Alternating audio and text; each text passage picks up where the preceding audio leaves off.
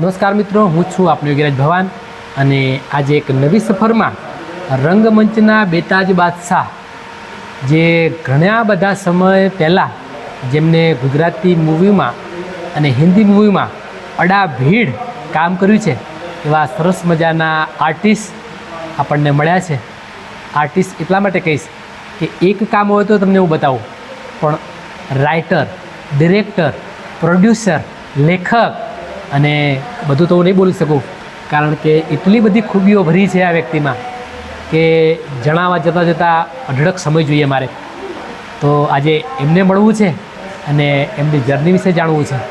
પણ એ પહેલાં મારા દર્શકોને થેન્ક યુ કહીશ, કારણ કે અવિરતપણે તમારો સાથ અને સહકાર જે મળ્યો છે એ બદલ ખૂબ ખૂબ આભાર. જય માતાજી. નમસ્કાર. નમસ્કાર. તો સર, એક ગુજરાતી રંગમંચ ભૂમિ, આપણી ચેનલ ગુજરાતી રંગમંચ બંને મેચ છે અને એમાં આજે તમે ઉપસ્થિત થયા છો એક સમયમાંથી સમય કાઢીને. સમય ન હોવા છતાં આજે આપણી આ ચેનલ માટે તમે જે સમય કાઢ્યો છે તો એના માટે પ્રથમ તો થેન્ક યુ કહીશ, કારણ કે અઢળક સમયથી, અઢળક કામોથી અને અઢળક લોકોથી મળીને આજે તમે જે નામના મેળવી છે હુસેનભાઈ ઘાંચી, આજે એક સરસ મજાનું ફિલ્મી જગતમાં ગુંજતું એક નામ, એટલે ખરેખર તો લોકો તમને જાણે જ છે, પણ આજે મારા મોઢે આજે આ નામ આવવું જોઈએ, કારણ કે ફિલ્મી જગતનો બેતાજ બાદશાહ કહી શકું, ફિલ્મી જગતનું ઘરેણું કહી શકું. ઘણી બધી મારે ઉપમા આપવી છે પણ સમય ઓછો છે. તો સર, આજે ખરેખર તમને મળીને ખૂબ ખૂબ આનંદ થયો, કારણ કે આજે એક સરસ મજાની પિક્ચર આજે રિલીઝ થઈ ચૂકી છે, મારો ન્યાય દુશ્મનનો અંત. વાહ વાહ વાહ. એનું પ્રોડક્શન મેં કરેલું છે. હા, તો એ આજે લોકોને જણાવવા માટે, લોકો સુધી પહોંચાડવા સુધી, એનું પ્રોમો માટે આજે હું તમને મળ્યો છું. તો મારો ન્યાય દુશ્મનનો અંત, આજે એમાં તમારી કઈ ભૂમિકા છે, એમાં તમે શું કાર્યો કર્યા છે એ મારા દર્શકોને જરા નામ સાથે તમારા. આજે મારો ન્યાય દુશ્મનનો અંત ફિલ્મ જય ચૌધરીને, જયભાઈ ડાયરેક્ટર છે આપણા જયભાઈ ચૌધરી, એના કલોલ મેં બોલાવેલા, એના રાઇટર, લેખક જયભાઈ ચૌધરી હતા, ડિરેક્ટર પણ એ હતા. અને એની શરૂઆત મેં કરાવી હતી રૈજીભાઈથી કે આપણે સરસ મજાની મૂવી બનાવીએ. તો અમે આ મૂવી જે જૂનવાણી આધારિત બનાવી છે, કે જે પહેલાંના જમાનાના અંદર જે એક જમાનો હતો કે ત્યાં ધાડું પડતા હતા અને ગામવાળા પછી ઠાકોરને ગામ રક્ષક તરીકે રાખતા હતા, એના આધારિત આ પિક્ચર બનાવેલું છે. રૈજીભાઈના થ્રુ અમે બનાવી છે. પણ જે આ ફિલ્મની આખી સ્ટોરી અલગ છે, જે સમજે એના માટે છે. બાકી જે જૂનવાણી છે, જે પહેલાંના આપણા રજવાડા વખતની, ટૂંકમાં લુપ્ત થતી જતી જે ગુજરાતી સંસ્કૃતિ છે એને તમે ઉજાગર કરી છે. લોકો સુધી નવી એક નવા કેરેક્ટરમાં, એક નવા અંદાજમાં આજે લોકો સુધી તમે પહોંચાડવાનું કામ કર્યું છે. તો સર, ખરેખર બહુ અદ્ભુત મૂવી છે મારો ન્યાય દુશ્મનનો અંત, કારણ કે એ પિક્ચર આજે રિલીઝ થઈ ચૂકી છે. ઘણા ગુજરાતના ઘણા બધા સિનેમા ઘરોમાં આજે લોકો જોઈ રહ્યા છે ને, અને સરસ મજાના રિસ્પોન્સ એના મળી રહ્યા છે. મેં પણ એ મૂવી આજે નિહાળી, ખરેખર ખૂબ જ જે આજે મને જે આજથી 90ના દશકામાં જે લોકો જોતા હતા, જે એનું જે કહેવાય કે જે કેરેક્ટરો એના જે ડાયલોગ્સ, એના જે કહેવાય કે એક્ટર્સ, એ બધા આપણને એક જૂનવાણી શબ્દોમાં, જૂનવાણી વેશમાં, જૂનવાણી ભૂમિકામાં આજે જોવા મળ્યા છે. તો ખરેખર આવી પિક્ચરો ખરેખર લુપ્ત થઈ છે, એ આજે ફરીથી એને જગાડવાની કાર્ય કર્યું છે. જે રીતે અમારા ગોવિંદભાઈ હતા, જીએન ફિલ્મ વાળા, ગોવિંદભાઈ પટેલ, ગોવિંદભાઈ પટેલ, એ જે રીતે જે રંગભૂમિને જગાડી છે, એ રીતે અમારા રૈજીભાઈ પણ જગાડે મા મેલડીની કૃપાથી. અને સાથે મળીને અમારી ટીમ છે કે આજ એક ગુજરાતનું ગૌરવ થાય એ રીતની અમે આ ફિલ્મ બનાવી છે. 100%, કારણ કે લોકોનો રિસ્પોન્સ અત્યારથી મળતો થઈ ગયો છે.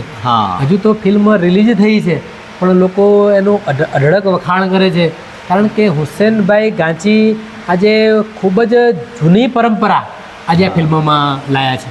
તો આવું લગભગ કોઈક જ વ્યક્તિને આવો વિચાર આવે. અને આજે તમને જે વિચાર આવ્યો છે કે અત્યારના લોકો નવી જનરેશનમાં બધું નવું નવું માગતા હોય છે, પણ છતાં તમે નવી જનરેશનમાં એક નવો વળાંક લાવ્યા છો. નવા વળાંક લાવ્યા. તો ખરેખર તમે એક અદ્ભુત વ્યક્તિ આજે હું કહી શકું, કારણ કે આવો વિચાર આવવો એ પણ એક જરૂરી વસ્તુ છે, એ લોકો સુધી આ પહોંચવું પણ જરૂરી છે. હા. તો સર, મારો ન્યાય દુશ્મનનો અંત આજે જે પિક્ચર રિલીઝ થઈ છે, તો એના વિશે મારા દર્શકોને થોડું જણાવો. તો ભાઈ, આ ફિલ્મ આપણે જે એકદમ જૂનવાણી ઉપરથી લીધી છે, અને બીજું કે આને આપણા દર્શકો જોશે અને નિહાળશે તો એમને થશે કે નહીં કે જે 80, 70, 80 પછીના દાયકાની જેટલી બી આપણી રંગભૂમિની ફિલ્મો હતી એ ટાઈપની આપણે બનાવેલી છે એની, કે કોઈ એ નહીં મોડર્ન કે એવી નહીં, અને આખું ફેમિલી બેસીને જોઈ શકે, ફેમિલી બેસી અને જોવે અને એમનો વ્યાસ સહિત બદલો મળે એ રીતની આ ફિલ્મ બનાવેલી છે આપણે.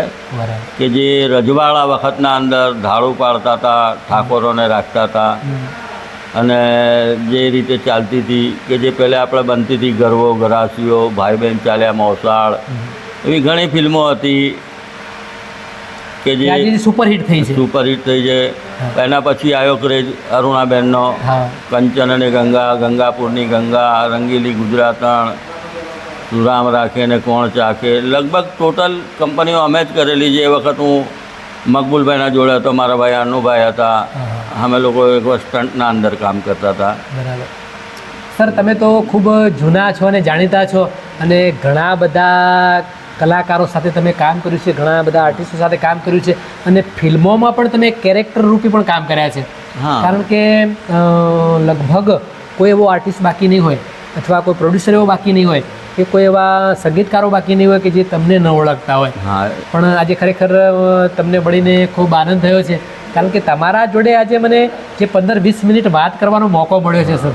કારણ કે તમને મળવું, તમારા જોડે બેસવું, તમારા જોડે વાતો કરવી એ પણ એક આનંદની વસ્તુ છે, અને કોઈ એવી ખરેખર તો તમને મળવું એ જ સારું કહેવાય એમ.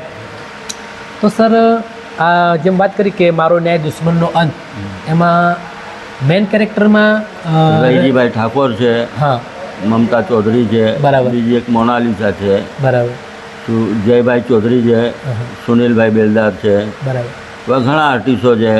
પછી જાગૃતિબેન ગોસ્વામી છે, પ્રિયા ધારિયા છે. બરાબર. કારણ કે આ ફિલ્મનું તમારી આખી ટીમનું મેં આજે પોસ્ટકાર્ડ કર્યું છે, અને દરેક લોકોએ ખરેખર મન અંદર રેડીને કામ કર્યું છે. અને બીજું કે આ ફિલ્મના અંદર જે સોંગના અંદર જે એના અમારા કોરિયોગ્રાફર હતા રામદેવનજી, એના ડિરેક્શનના અંદર જે ટાયર સળગાવવા, કલર બ્લાસ્ટ કરવા, એ મારું કામ હતું.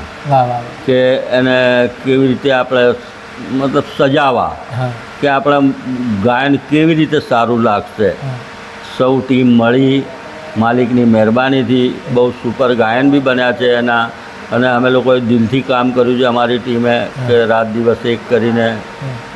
શું અમારા લેખક દિર્ઘેશક હતા જયભાઈ ચૌધરી, એમે ઘણી મહેનત કરી છે. રૈજીભાઈને ઘણી મહેનત અમે કરાવી છે.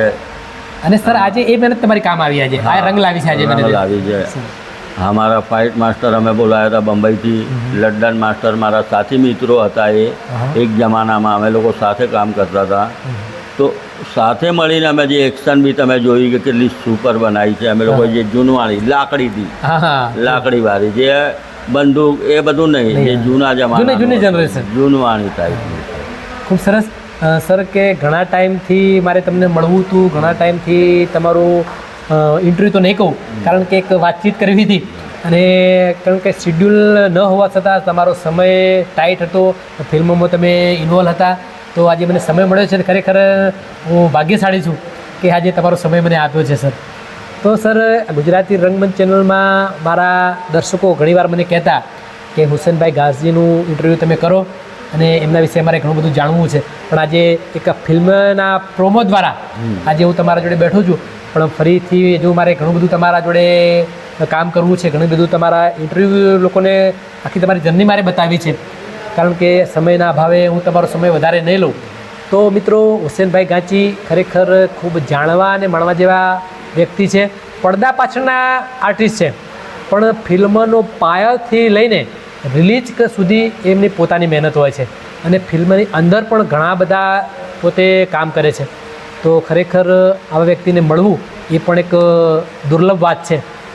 તો મિત્રો, આપણી આ ગુજરાતી રંગમંચ ચેનલને લાઈક કરજો, શેર કરજો, કોમેન્ટ કરજો અને સબસ્ક્રાઈબ કરવાનું ન ભૂલતા, જેથી કરીને આવા પડદા પાછળના કલાકારો જે ફિલ્મનો આધાર છે, ફિલ્મનો ટેકો છે, એવા કલાકારોને હું તમને મળાવી શકું. અને હા, બીજું કે મારો બીજો વિડીયો આવે ત્યાં સુધી હુસેનભાઈ ઘાંચી અને ભવાની ગિરાજના દરેકને જય માતાજી. જય માતા.